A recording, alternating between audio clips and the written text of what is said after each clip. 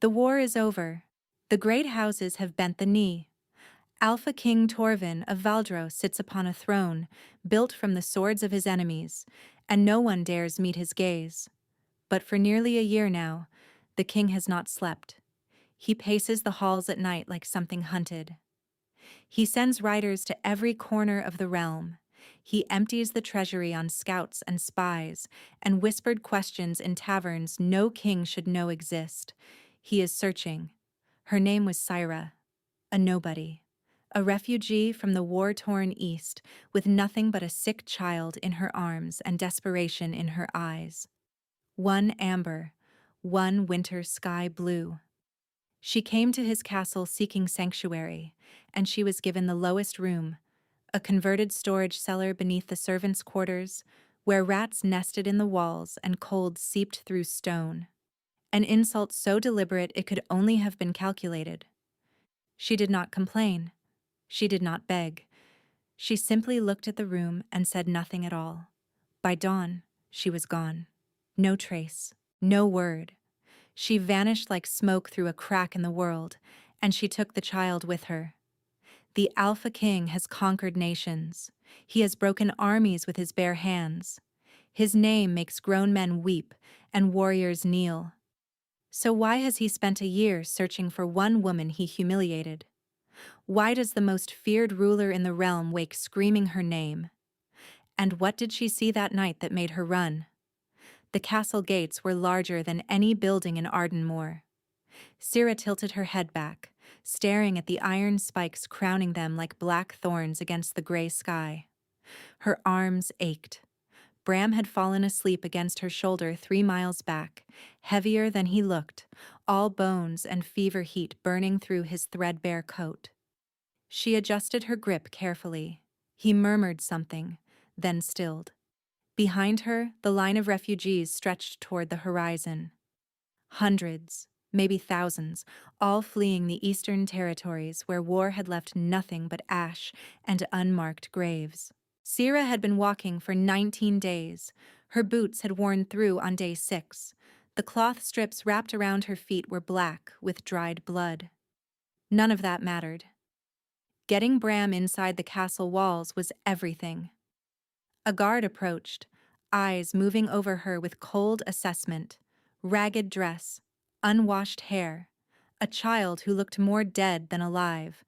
Name and purpose, he said flatly. Cyra of Ardenmore. She kept her voice steady. Seeking sanctuary for myself and my brother. He needs a healer. The guard glanced at Bram's gray-tinged face. Healers are occupied. War-wounded take priority. He is 7 years old. The guard shrugged. Take it up with the chamberlain. Through the gates, left corridor. Ask for Lady Drusilla. Cyra walked through before he could change his mind. The courtyard was chaos. Soldiers in tight formations. Servants rushing with arms full of linens. The smell hit her next. Blood, smoke, and the metallic tang of fear. She found Lady Drusilla behind an arched doorway hung with purple curtains. The woman was beautiful in the way a blade was beautiful. Silver hair swept back from precise, elegant features. Pale green eyes moved over Cyra with slow, calculating assessment. Another refugee. State your skills. I can read, write, and work numbers. Kitchens, laundry, stables, whatever is needed. I only ask for lodging and a healer for my brother. Lady Drusilla's gaze dropped to Bram. The child is dying. He has a fever. It can be treated. Perhaps. Lady Drusilla made a note. Skills in literacy are useful. You will work in the records hall. As for lodging, she paused. We are quite full. The lower quarters will have to do. Anything. Thank you. Lady Drusilla smiled without warmth. A servant led Cyra down, and further down. The stairs grew narrower, torches grew sparse, air thickened with damp and mildew. When they reached the door, Cyra understood. This was not lodging, this was punishment. The room was a cellar. Stone walls sweating with moisture. A single straw pallet older than the castle itself. No window, no hearth. Cold so absolute it felt alive. The servant fled without meeting her eyes. Cyra stood in the doorway and felt something inside her go quiet. 19 days of walking for this, carrying her dying brother through mud and rain for this, a room where rats lived better than refugees. She laid Bram on the pallet, tucking her coat around him. His forehead burned under her palm. She needed medicine, a healer, something other than this damp hole where her brother would die before morning. She would find the healer herself. The corridor was empty. She moved quickly, silently, the way she had learned during the war when soldiers came through Ardenmore and you either hid or died. Up the stairs, through servants' passages, past golden light and murmured voices. She kept climbing until walls were hung with tapestries instead of mold. And then she heard it. A voice. Low. Urgent. Behind a door left slightly ajar. The blood stain is working perfectly. Lady Drusilla's voice. He suspects nothing. By winter his episodes will be severe enough that the council will declare him unfit. Then the crown passes to regency, and we both know who controls the council. A muffled reply. Lady Drusilla laughed softly. The great Alpha King Torven, brought low by a poison he cannot scent. Poetic, is it not? Cyra stopped breathing. The king was being poisoned. Lady Drusilla was behind it. And Cyra had just heard everything. She ran. Back through the passages, heart slamming against her ribs. She gathered Bram in her arms, coat and all. We have to go, she whispered against his hair. But the healer, Bram mumbled. There is no healer for us here. She slipped out through a servant's gate before dawn touched the sky. By morning she was gone. The king knew something was wrong before he opened his eyes. The air smelled different. Fear and desperation and something sweeter beneath it, something that made his wolf stir in ways he did not understand. He had smelled it yesterday. In the courtyard, briefly. A woman with a child in her arms. Strange eyes, one amber, one pale blue. Quiet dignity despite the rags. Then she was gone, swallowed by chaos. Now her scent was here, in the upper corridors, where refugees never went. Torven followed it. The trail led through servants' passages, down into depths where air grew cold and damp. He stopped at a doorway he had never seen before. The room beyond was a cellar, sweating stone walls, a disturbed straw pallet. And her scent, everywhere, mixed with the smaller, sicker scent of a child. The king stood in the doorway and felt something crack inside his chest. This was where she had been placed, this hole, this insult. He walked back up the stairs. His stride lengthened, his jaw tightened. Servants pressed themselves against walls to let him pass. Lady Drusilla, he said. His aunt looked up with a pleasant smile. Good morning, nephew. The refugee woman, the one with the child. Where is she? Irritation flickered across Lady Drusilla's face, quickly suppressed. Which refugee? She had unusual eyes. One amber, one blue. A boy child. 7. Very ill. Lady Drusilla consulted her records. Ah, Cyra of Ardenmore, assigned to the lower quarters. The lower quarters, Torven repeated flatly. We are quite full. Sacrifices must be made. That room is not fit for storage, let alone a woman and sick child. Lady Drusilla's smile did not waver. An oversight. I will have her moved immediately. It was past midday when the summons came. Lord Commander Halric appeared at the council chamber, face pale. The woman you asked about. She is gone. Left before dawn. No trace. The king went still. Search the grounds, he said. Your Majesty, she is a refugee. Search. The grounds. The search found nothing. She had slipped through a servant's gate, no guard had seen her. No one knew which direction she had gone. Torven stood at the gate, staring at the muddy road, and felt his wolf howl inside his chest. It made no sense. He had seen her for 3 heartbeats in a crowded courtyard. She was nothing to him. And yet, "Find her," he said quietly. Halric stepped forward. "Your Majesty." Torven turned. His eyes had gone dark, more wolf than man. "I do not care what it costs. Send riders to every village between here and the eastern border. Find her. And if she does not wish to be found, then find out why she ran. Because something made that woman flee with a dying child in her arms, and I intend to learn what it was." Behind him, Lady Drusilla watched from a window with pale, calculating eyes, her lips curved into a smile, then faded. She reached for a quill and began to write. 11 months later. The village of Thornwick clung to the edge of the world like a barnacle on a ship's hull. It was the kind of place people came to disappear. No main roads, no trade routes, just stone cottages huddled against the mountains, surrounded by forest so thick the sun barely touched the ground. Cyra had found it 6 days after fleeing, half dead from exhaustion, Bram burning with fever. A widow named Sorrel had taken them in without questions. The fever broke on the 3rd night. Bram lived. Cyra wept with relief and got to work. Now she stood in Sorrel's herb garden, pulling weeds, while Bram chased a chicken around the yard. "Cyra," Bram called. "Watch this." He lunged for the chicken, missed spectacularly, and landed face first in a mud puddle. The chicken clucked with contempt and waddled away. Bram sat up, mud dripping from his nose, and grinned. Cyra laughed. "Very impressive. A warrior in the making." "Do you think I could be a warrior? A real one? I think you can be anything you want, even an alpha?" Gira's hand stilled.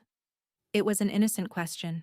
Bram was too young during the war to understand what he was, what it meant that his eyes sometimes flashed gold, what it meant that their village had been targeted and burned with their parents inside. "You do not want to be an alpha," she said quietly. "Trust me." "Why not?" "Because alphas have enemies." She pulled him close. "I would rather you be safe than powerful." She had built something here. A small life. A fragile peace. But she never forgot what she had heard that night. Lady Drusilla's voice. "The bloodspain is working perfectly." The Alpha King was being poisoned by his own aunt. By now, his episodes were probably severe enough to concern the council. It was not her concern. She had told herself that 1,000 times. And yet, she thought about those 3 heartbeats in the courtyard. He had looked tired, like a man carrying something too heavy to set down. She should hate him. His armies had burned Ardenmore. His war had orphaned her and Bram. But she could not make herself feel nothing about a man being slowly murdered by someone he trusted. Cyra. Sorrel stood in the doorway, face pale. Riders, from the east. Cyra's blood went cold. She caught Bram mid-chase and swung him onto her hip. "The hiding game," she said. "The cellar with the turnips. Do not come out until I come for you." Bram's eyes went wide. He understood. "I promise," he whispered and ran. The riders appeared moments later. 3 of them. Castle horses, castle armor, castle crests. One dismounted, spoke to the village elder. The elder pointed directly at her. Cyra did not run. The rider approached. Young. Professional. "Cyra of Ardenmore? Who is asking?" He withdrew a parchment with the wolf seal of House Valdros. "Alpha King Torven. By order of the crown, you are summoned to Silvervein Keep regarding your departure 11 months ago." He had searched for her. For 11 months. "And if I refuse?" "The order does not include that word." Cyra thought about Lady Drusilla, about poison, about a king running out of time. "Very well," she said. "I will come." But she made herself a promise. She would tell him what she knew. She would save his life if she could. And then she would disappear again, because some debts could not be forgiven. The riders turned east, and Cyra rode toward the king who had given her the lowest room, the king who had searched for a year, the king whose enemies were closer than he knew. Behind her, a 7-year-old boy with wolf blood in his veins waited in the dark and prayed his sister would return. The message arrived at dusk. Torven was standing in his war chamber when Halric entered, parchment in hand, something urgent in his expression. "We found her," Halric said. "The riders are bringing her to Silvervein Keep." She agreed to come. Torven turned from the window. For a moment he could not speak. 11 months of searching. 11 months of sleepless nights and obsessive planning and the gnawing certainty that he had failed before he even began. And now she was coming here. When? He managed. 3 days. Perhaps 4. Depending on the weather. Torven nodded, dismissed Halric with a gesture. Then he stood alone in the chamber and tried to understand what he was feeling. Relief. That was part of it. But beneath that, something more complicated. Fear, perhaps. Or anticipation. Or the strange hollow ache that had lived in his chest since the morning he discovered she was gone. He walked to the table where the map still lay, pins marking every village his riders had searched. He had stared at this map so many times he could see it when he closed his eyes. Every pin a failure. Every blank space a reminder that she had slipped through his fingers. "Why did you run, Cyra of Ardenmore?" The question had consumed him. In the beginning, he had told himself it was merely curiosity. A king should know what happened in his own castle. A woman had fled in the night, and he deserved to know why. But that explanation had worn thin long ago. The truth was simpler and more terrifying. He had seen her for 3 heartbeats in a crowded courtyard, and something inside him had recognized her. Not her face, not her name. Something deeper. Something his wolf understood even when his human mind could not. She mattered. He did not know why. He only knew that when she vanished, some essential piece of himself had vanished with her. And then, there were the episodes. Torven looked at his hands. They were steady now, but they had not always been. The episodes came without warning. A sudden surge of violence, blinding and absolute. He would lose minutes, sometimes hours, and wake to find destruction around him. Broken furniture, terrified servants. Once, blood on his knuckles and no memory of how it got there. His mother had suffered the same affliction. That was what Lady Drusilla had told him, a weakness of the bloodline, a flaw that could not be cured, only managed. He had believed her. For years he had believed that he was fundamentally broken, that the violence inside him was his own, a monster he carried in his bones. But lately, doubts had begun to creep in. The episodes had worsened over the past year. They came more frequently now, lasted longer, and left him weaker in their aftermath. The council had noticed. He had seen the whispers, the sidelong glances, the carefully neutral expressions that meant they were discussing him when he was not present. "Some say madness," Halric had warned. Torven was not mad. He knew that with bone-deep certainty. But something was wrong. Something was very wrong. And somehow it had all started around the time Cyra fled. He thought about the cellar, the room where she had been placed. Lady Drusilla had called it an oversight, but Torven had seen the guest ledgers. Every refugee was assigned lodging based on skills, health, and family status. There was a system, a process. Cyra of Ardenmore, literate and capable, with a sick child in her arms, had been placed in the lowest room in the castle. That was not an oversight. That was a choice. But why? What threat could a refugee woman pose to Lady Drusilla? What possible reason could his aunt have for wanting her gone? Torven did not know. But in 3 days, Cyra would be here, and he intended to find out. He looked out the window at the darkening sky. Somewhere out there, riding toward him through the winter cold, was the woman who had haunted his thoughts for nearly a year. He would have answers. He would understand why she ran. And perhaps, in understanding her, he might finally understand himself. The journey took 4 days. On the 4th day, the castle appeared. Larger than she remembered. Dark stone walls against winter sky. The wolf banner snapping in the wind. The riders led her through the courtyard, past staring servants and straightening guards. Word was spreading.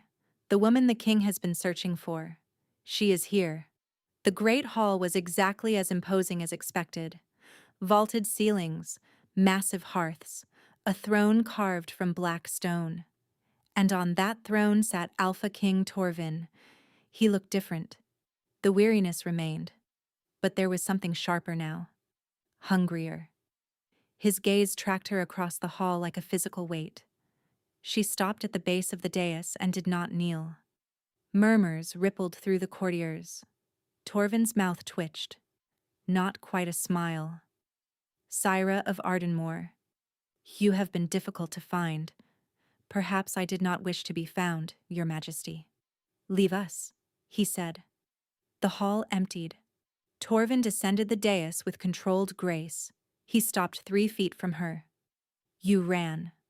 In the middle of the night, with a sick child, in winter. Why?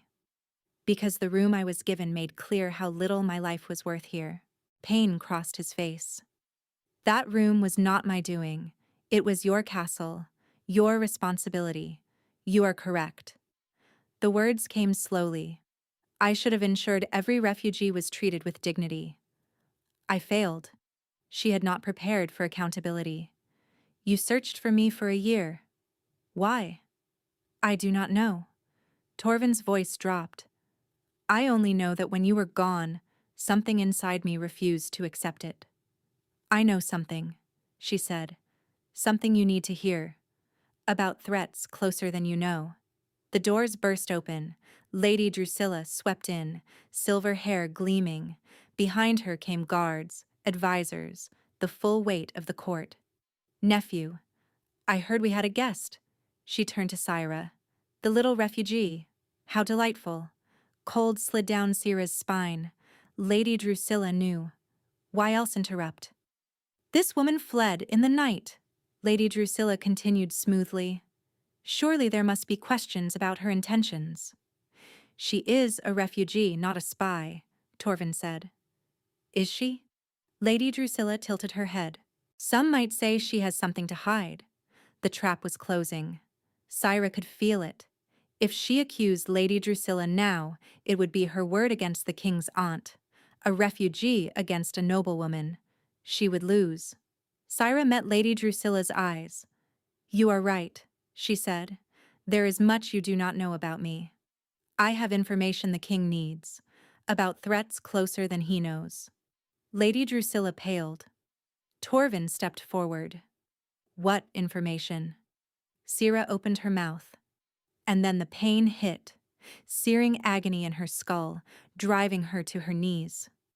She caught a glimpse of Lady Drusilla's hand dropping from the jeweled ring she wore, something faintly glowing fading from its surface. Then darkness.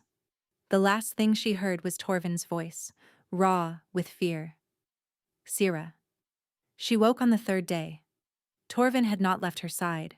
He had ignored council meetings, border disputes, Lady Drusilla's pointed suggestions about neglecting duties.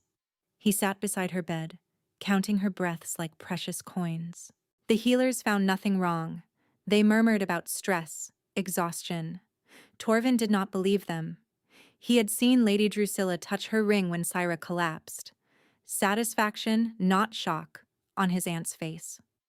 On the 3rd morning, her eyes opened. You stayed, she said. Yes. Why? Because I needed to know you were all right. Your aunt. She pushed herself up. Lady Drusilla. She is poisoning you. Torven went still. The night I fled, I heard her. She called it bloodsbane. She said your episodes would worsen until the council declared you unfit. The words landed like physical blows. All these years.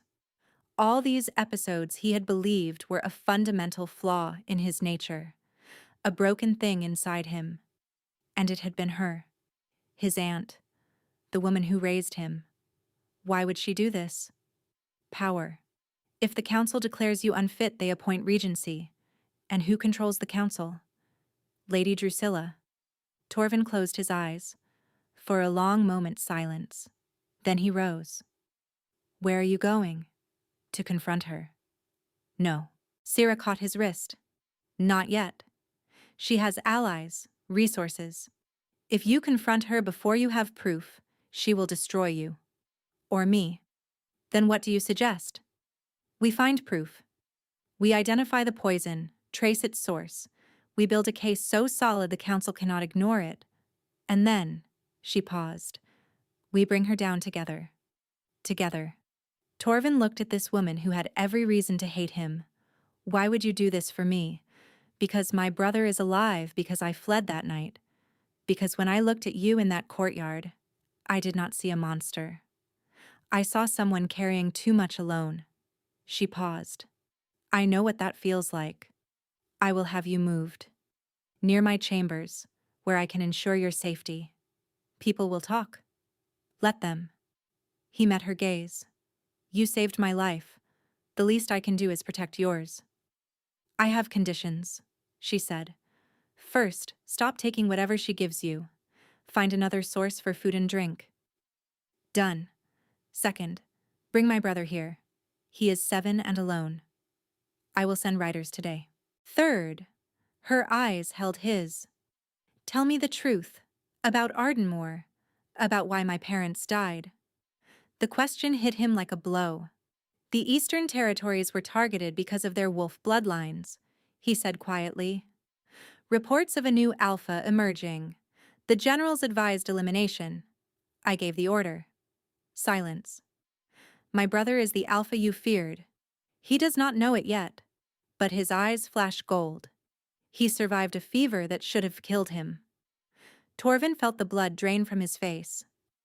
And you brought him here, Cyra continued, to the castle of the man who ordered his family's death, because you searched for me, and I decided to trust that the man who searched was not the same as the man who gave that order. She held his gaze. Was I wrong? Torven thought about the boy. 7 years old, the very threat his generals had warned about. He thought about Lady Drusilla, how she had made him into a weapon, poisoned and manipulated him.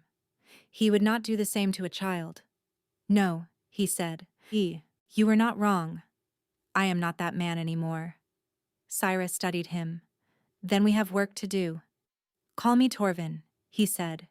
If we are going to bring down my aunt together, we should be on a first-name basis. For the first time, Cyra laughed. Small, startled, quickly suppressed. But it transformed her face entirely. Torven decided he would do whatever it took to hear that sound again. Bram arrived on a gray morning, 3 days after Cyra had woken. She stood at the castle gates, heart pounding. Torven stood beside her, a steady presence she had not asked for but had come to rely upon. The riders stopped. One lifted a small figure down. Bram. He looked taller. Brown curls across his forehead, eyes bright and searching. Cyra. He ran. She dropped to her knees and caught him. You came back, he whispered. You promised and you did. I will always come back. Is that the king? Bram asked, looking past her. Yes. Bram pulled free and walked directly up to Torven. My sister says you searched for her for a whole year. Torven crouched to his level. I have. Why? Because she mattered. Even before I understood why. Bram nodded, satisfied. I am Bram. I am 7. I like chickens, and I am going to be a warrior someday. It is an honor to meet you, Bram. Bram smiled, bright and trusting. Cyra felt her throat tighten. In the days that followed, Cyra and Torven worked together to trace the poison. They discovered Lady Drusilla served a particular wine at every meal. Torven stopped drinking it, and his episodes began to ease. But Lady Drusilla was watching. Cyra felt her gaze everywhere. One evening, a week after Bram's arrival, Cyra found herself alone with Torven in the library. The fire had burned low. Snow fell outside. "You are worried," Torven said. "I am always worried. It is how I survive. Tell me. I am afraid I have put Bram in more danger than ever before." Torven took her hand. "I cannot promise safety," he said, "but I can promise this. I will protect your brother with my life, not because of what he is, because of who you are. Why do you care so much?" His thumb traced her knuckles. "When I saw you in that courtyard, I recognized you. Like finding a piece of myself I did not know was missing. You are not a monster," she said quietly. "How do you know? Because monsters do not kneel to speak to children. Because monsters do not search for a year. Because monsters do not look at me the way you do." "How do I look at you?" "Like I matter." He cupped her face. "You do matter. More than anything." He kissed her. Soft at first, then deeper when she responded, her fingers curling into his shirt. When they pulled apart, she was trembling. "This is dangerous. Everything worth having is dangerous." The door burst open. A servant, white with terror. "The boy has been taken." The world went red. Torven was out of the library before the servant finished, his wolf rising so fast he felt bones beginning to shift. He forced himself human. "Where?" he snarled. "The East Tower." Lady Drusilla said she needed to speak with him. Lady Drusilla's private chambers. He took the stairs 3 at a time, Cyra close behind. The tower door was barred. Torven slammed his shoulder into it with the full force of his wolf. The door shattered.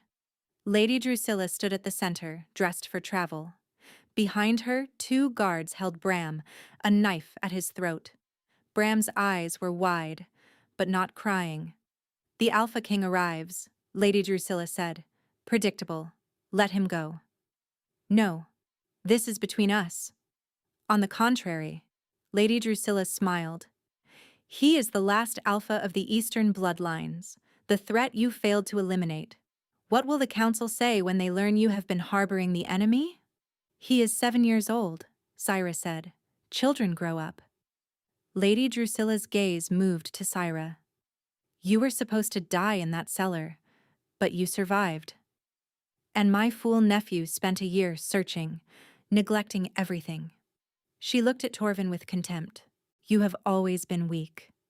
I raised you to be a weapon, and instead, you became something else entirely." "You poisoned me," Torven said. "Made me believe I was broken. You are broken. The poison simply made it visible." "Here is what happens," Lady Drusilla continued. "You let me leave with the boy. In exchange, I do not tell the Council you have been harboring an enemy Alpha." "No," Torven said. "Then the boy dies." "Take me instead," Torven said. Lady Drusilla blinked. "I am the one you want to control. Take me, let them go." "Torven," Cyra said sharply, "it is the only way." Lady Drusilla considered. "Very well, come here." Torven stepped forward, and Bram moved. It happened in a heartbeat. He twisted free, dropping low, slipping through the guard's grip. The knife sliced air, and Bram's eyes went full gold. The shift was explosive, light and power. A small silver wolf stood where a boy had been. The guards stumbled back, faces white. Lady Drusilla's composure cracked. "Impossible. He is too young." Torven shifted. For the first time in his life, it did not hurt. It felt like being free. He launched at Lady Drusilla. His jaws closed around her arm, forcing her down. Loyal guards poured in. "Seize her," Cyra commanded. They did. "You will regret this," Lady Drusilla hissed. "You cannot rule without me." Torven shifted back. "No," he said quietly. "I am finally something without you." The guards took her away. The trial lasted 3 days. The evidence was overwhelming. Documents tracing years of poison purchases, witnesses who had seen Lady Drusilla meeting with council members in secret, the castle alchemist, who had been coerced into producing the bloodspain and who confessed everything in exchange for mercy. Lady Drusilla denied nothing. She sat in the great hall, chains around her wrists, and spoke of necessity, of strength, of the weakness that mercy bred in kings. "Mercy is not weakness," Torven had replied from his throne. "Mercy is a choice, and I choose it." The council sentenced her to life imprisonment in the northern fortress. Cold stone walls and endless winter until the end of her days. Cyra watched the guards lead her away and felt nothing but quiet emptiness where fear had been. Bram stood beside her, hand in hers. He had not fully recovered from the shift. The healers said it would take time, but he was alive. He was safe. That was everything. Cyra. Torven approached, still in formal robes, tired but lighter than she had ever seen him. "Walk with me," he said. They walked through the castle gardens. Bram ran ahead to investigate a frozen fountain, his energy returning day by day. "What happens now?" Cyra asked. "Now I rebuild," Torven said. "My council, my household, my kingdom. Everything has been shaped by her influence. It will take time to undo the damage." "And us?" He stopped walking, turned to face her, took her hands in his. "I have spent a year searching for you," he said.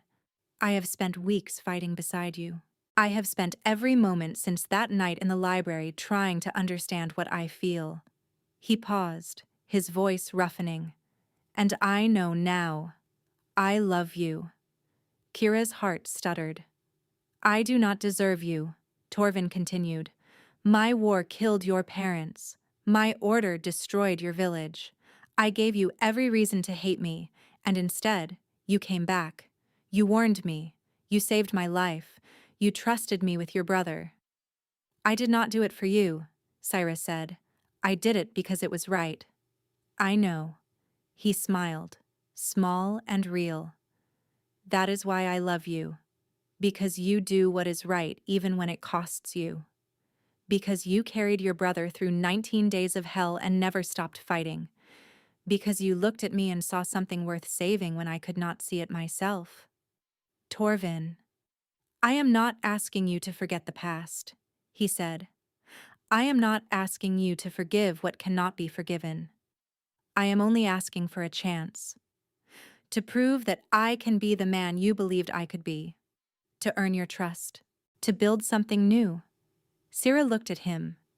This scarred, tired, complicated man who had searched for her for a year, who had knelt in frozen mud to speak to her brother, who had offered his life for a child he barely knew. "I cannot promise forgiveness," she said slowly. "Not yet. Some wounds take longer to heal." Torven nodded, accepting. "But I will stay," she said. "I will let you try. And I will be here while you rebuild."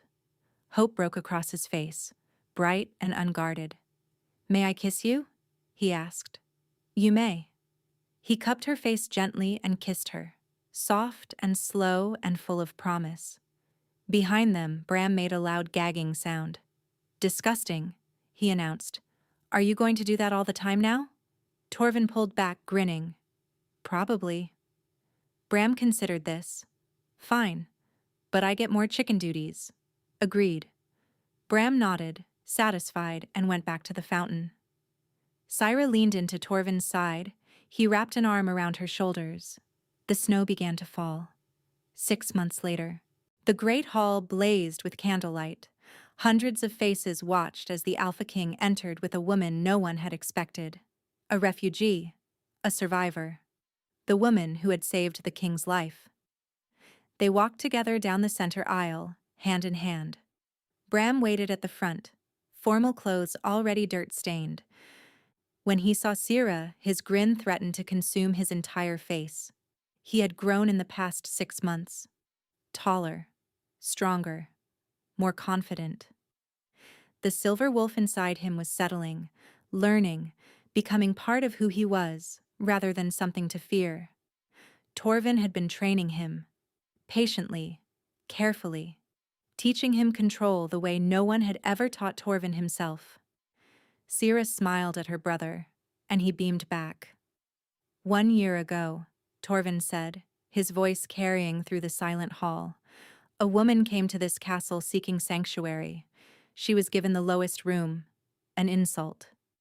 A cruelty I did not know about until she was already gone. She fled, and I spent a year searching for her. Murmurs rippled through the crowd. She saved my life. She exposed a conspiracy that would have destroyed this kingdom. And she did it not for power, not for reward, but because it was right. He turned to face her fully, taking both her hands in his.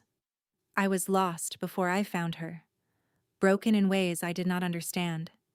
She showed me the truth, and in doing so, she gave me back myself. He paused and his voice softened. Today I ask her to stand beside me, not as a refugee, not as a guest, as my queen, as my partner, as the woman I love. The hall erupted in whispers. Is that a proposal? Cyra asked quietly, smiling despite herself. It is a question, he replied. One I will keep asking until you are ready to answer. She looked at him. This man who had been her enemy, then her ally, then something more.